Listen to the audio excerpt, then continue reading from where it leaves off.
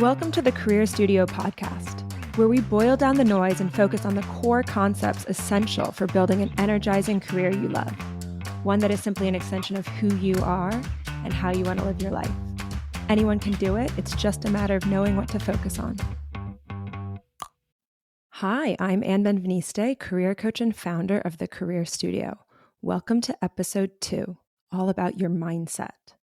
So as you know, I'm starting off the podcast with an overview of the foundational components, the cornerstones for creating an aligned, energizing, and rewarding career. These cornerstones are your brand, your mindset, your people, and your time. And there's a lot of noise out there about how to navigate your career. So when work stops working and you don't know how to fix it, where do you start? What do you pay attention to? What do you ignore? How do you navigate that confusion with grace and intention instead of hiding and maintaining the status quo or panicking and making a hasty decision? That's what these 4 cornerstones are all about. Think of them like the cliff notes for your career, the most essential concepts to understand and apply if you're going to create an aligned, energizing career you love. They're the areas that need to be addressed first before everything else. They're the chapters in a playbook you can come back to again and again because inevitably who you are and what you want will evolve. If you haven't listened to the brand episode, I recommend you start there. All 4 areas are equally important, but this is really the foundation of a lot of my work. Okay, so today we're talking about mindset. And in general, if you are stuck in your career, it's because you're stuck in your mind. And this is why mindset is one of the cornerstones for creating an aligned, energizing, and fulfilling career. So I want to spend the episode introducing the concept I teach around mindset and then going through some of the biggest mindset traps I see in my clients that keep them stuck. The big insight here to understand is that the circumstances of your life are neutral. You have a certain job with a certain title and responsibilities. Every day people say things to you or don't say things to you. People act in certain ways. All of that is neutral. What drives how you feel about those circumstances is your thoughts about them.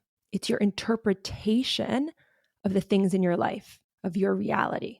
Your thoughts create your reality.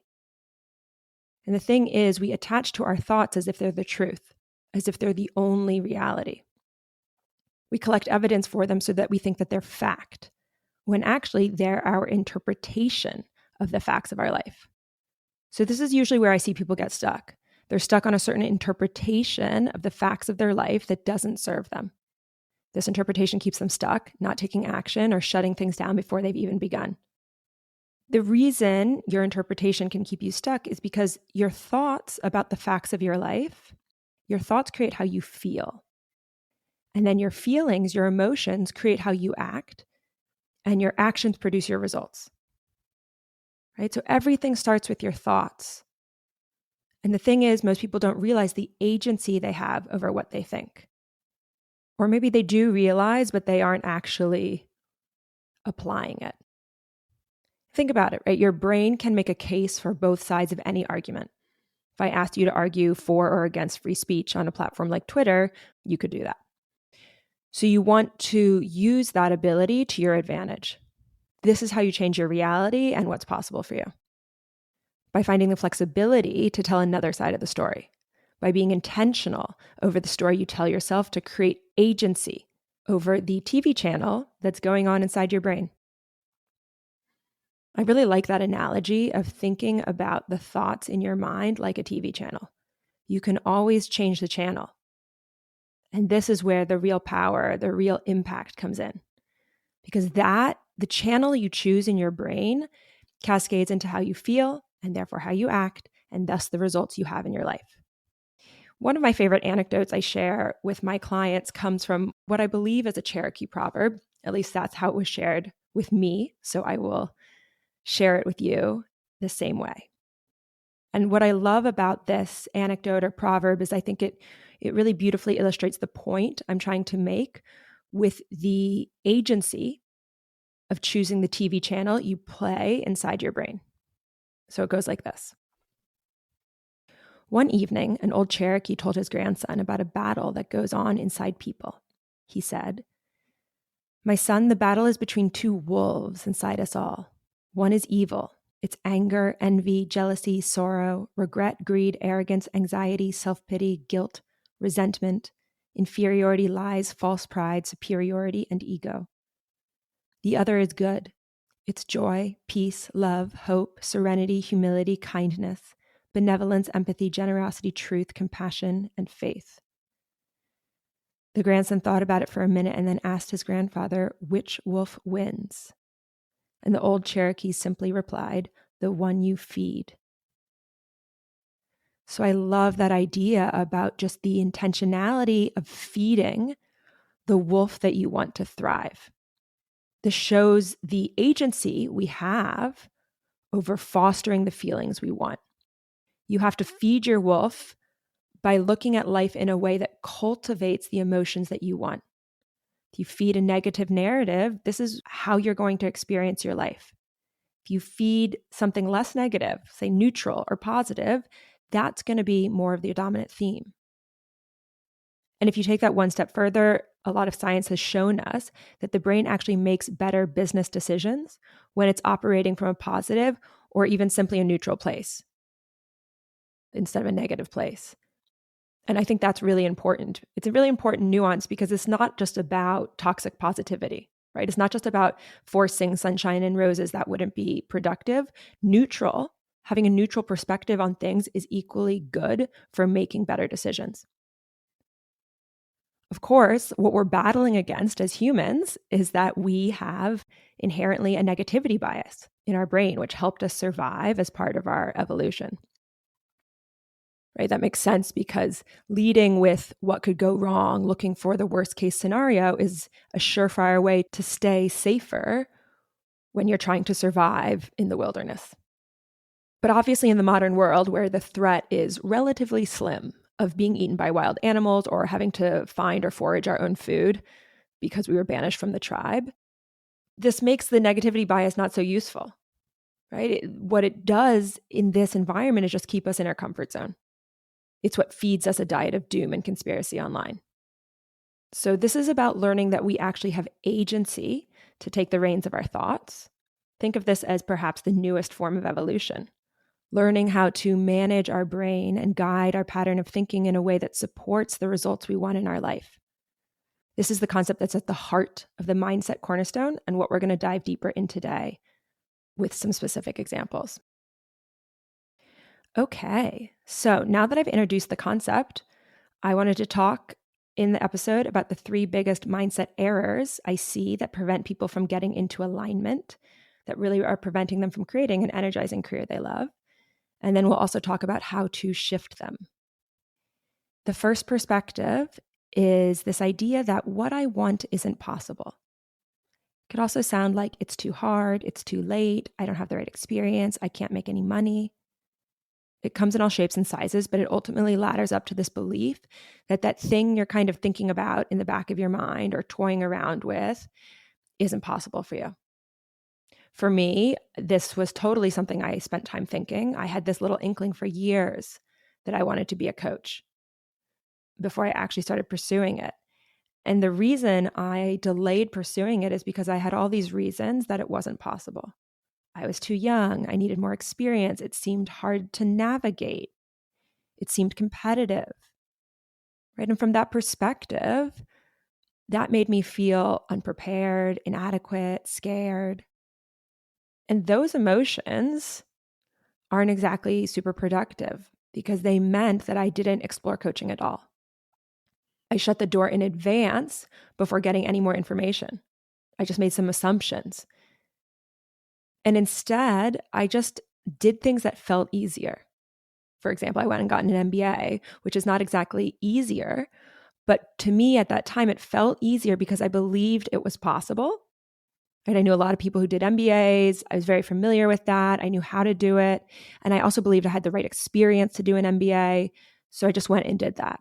Then I spent 2 years working at early stage tech startups, not because I was really excited about tech or the products that I was selling, but because I didn't really know what I wanted to do. And I had shut down that one little inkling of what I thought could be fun because I believed it wasn't possible for me. And so I just defaulted into something that was more familiar, more socially sanctioned, that didn't require as much unfamiliar exploration and figuring it out. Going into a tech startup out of my MBA was relatively easy, right? There's people recruiting, tech is a huge industry. And obviously the results that behavior created was I spent years out of alignment. I was doing stuff that I wasn't really well suited for or really that interested in, which made me feel super lost and out of touch with myself. And I definitely wasn't thriving for those 3 or 4 years I was doing the MBA and working in tech. So if this thought pattern resonates with you, know that this narrative of it's too hard, it's too late, it's not possible, that's just a perspective. It's just one of many TV channels available to you in your brain. And it's a channel that isn't serving you because you probably don't know for certain that it isn't possible. It's just an assumption that you've made. And obviously it's a convenient assumption because it means you don't have to actually go out there, talk to people, put yourself out there, figure it out.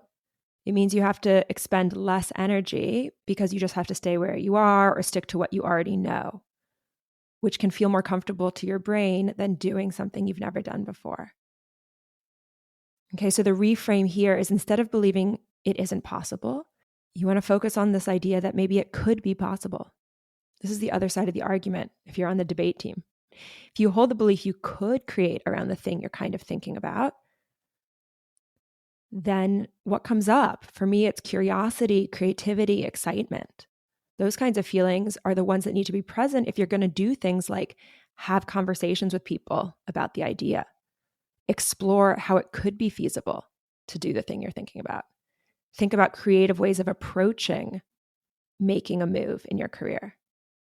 Those feelings are more motivating.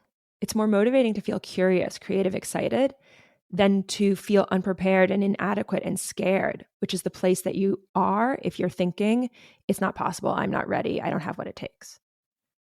So when you feel more motivated, you take actions of exploring, you paint a picture of yourself of what it could look like, and then you can analyze and decide if you actually want to do it. Because what I'm not suggesting is that you just blindly make something happen, but it's about choosing with intention the mindset that's going to help you explore the idea with intention so that you can make an informed decision and either dive deeper or decide, I'm going to not explore this any further. And this is much more helpful to figuring yourself out, feeling more centered where you are, to have done that work than to just assume that it's not possible and always have that inkling of what if? I don't actually know, which will be the current situation if you just simply believe it's not possible without having done the work. So the reframe here is to focus on the belief that it could be possible because this is how you get as close as possible. Okay, so that's the big one. The next one I want to talk about is this idea of, I don't have a passion, or I don't know what my passion is yet.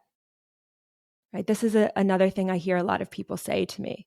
I'm not happy where I am, but I don't know what my passion is, and so I feel lost. Right? And the assumption here is that I need to know what my passion is first before I take any action to evolve my career.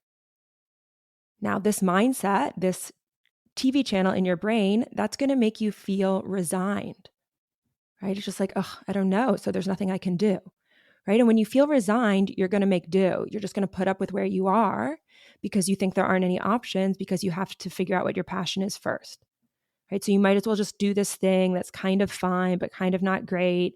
And you basically don't take action to figure out how you want to evolve your career.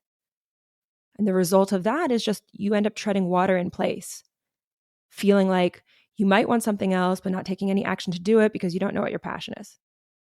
Okay, so obviously the reason I'm bringing this up is because it's unproductive. And the insight here is because passion doesn't arrive one day fully formed and say, hey, what's up? I'm your passion. Let's go execute on me now. Right? And passion it is available to all of us, but instead of waiting for it to arrive one day, finding it requires you to foster your interests. You want to actively spend time doing the things that interest you. This means talking to people that do things that are interesting, exploring and taking action. Your interests that aren't yet a passion can ultimately become a passion through enough exploration and experience. And even if the interest doesn't become a full-blown passion, well, you've had fun doing it. Maybe it becomes a great hobby. Maybe it just becomes part of your life that you really get a lot of value from. So, for example, let's say you're interested in crypto. Well, then you want to intentionally make time to read about crypto, talk to other people about crypto, join a Discord group, do a little side project with someone, creating an NFT. I don't know, right? You want to see how the interest evolves. And you might like it so much, you go and make a career out of it, or it just might become a project that you do on the side, a hobby. For me, I was really interested in personal growth, career development. And I started just by reading a lot of books about it. And then I started creating and running workshops for my teams. Then I started doing volunteer coaching on the side. Then I loved that so much, I went and got certification. And then I went to work for a training and coaching company. And then finally, I decided I was so passionate about the space that I wanted to run my own business. That narrative I just told you, that was, 5, 6, 7, 8 years in the making. I was really giving myself time to explore and learn without being committed to knowing if it was a passion or not. And it eventually emerged as one. And obviously, as I mentioned, I could have gotten there a lot faster with less pain if I had caught some of my limiting beliefs in the process. But the reason I'm here now is because I made time to foster this interest in and alongside the other work I was doing. And really, what's most important for creating career alignment is creating this space to foster your interests. Passion is like the gold standard. Passion is maybe the cherry on the cake.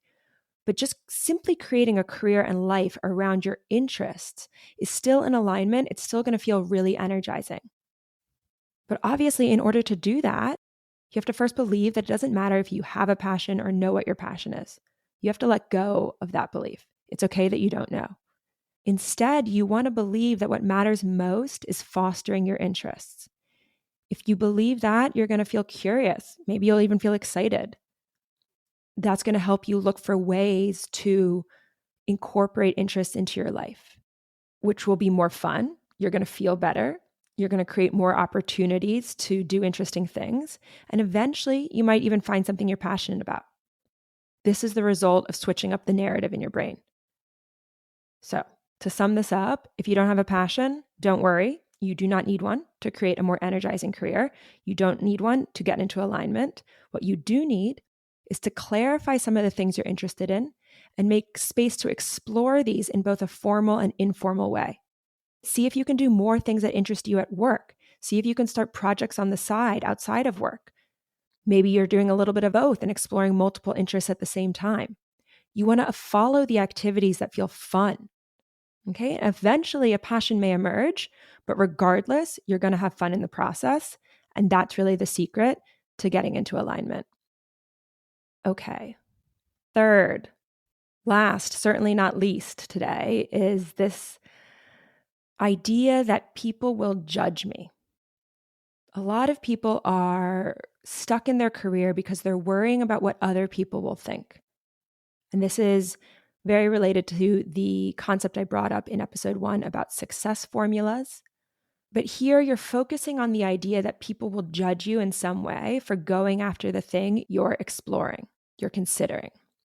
This was super present for me. Another thing that kept me stuck was that I was worried people in my life, my parents, my friends, my peers, my colleagues, they would judge me for being a coach, that they think it wasn't a real job, that I couldn't cut it in the corporate world, so I had to become a coach, that I was doing something based on pseudoscience, and if I was really credible, I would have gotten a PhD and become a therapist. These are clearly not true. These are my negative limiting beliefs that I was just projecting onto other people. Usually when we're worried other people will judge us, it's because we're actually judging ourselves. And of course, these beliefs I had weren't true. They were just my interpretation at the time. They were just my fear. I've had clients feel they'll be judged by their community for all sorts of potential career decisions they wanted to make. People worried about taking a more corporate finance job or leaving a more corporate finance job. People worried about going into property development or leaving academia. I mean, the list goes on, but you can already see that there are loads of contradictions.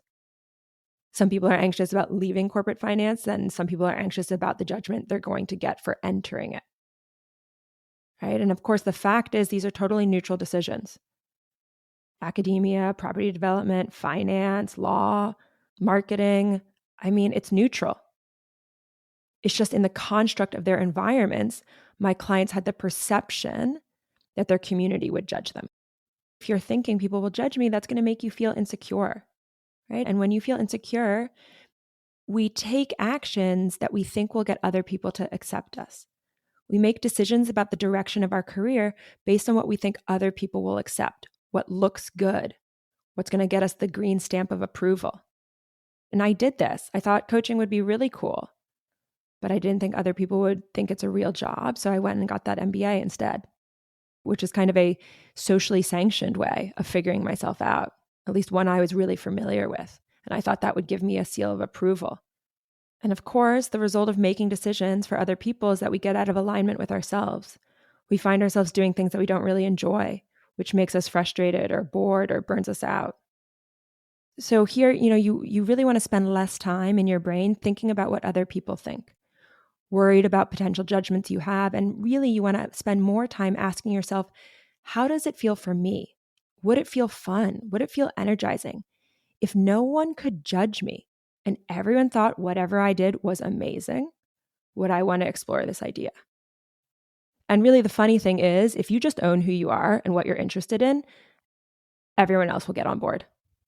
You just want to remind yourself that no one else can know what's best for you. It's only something you can know based on how it feels in your body.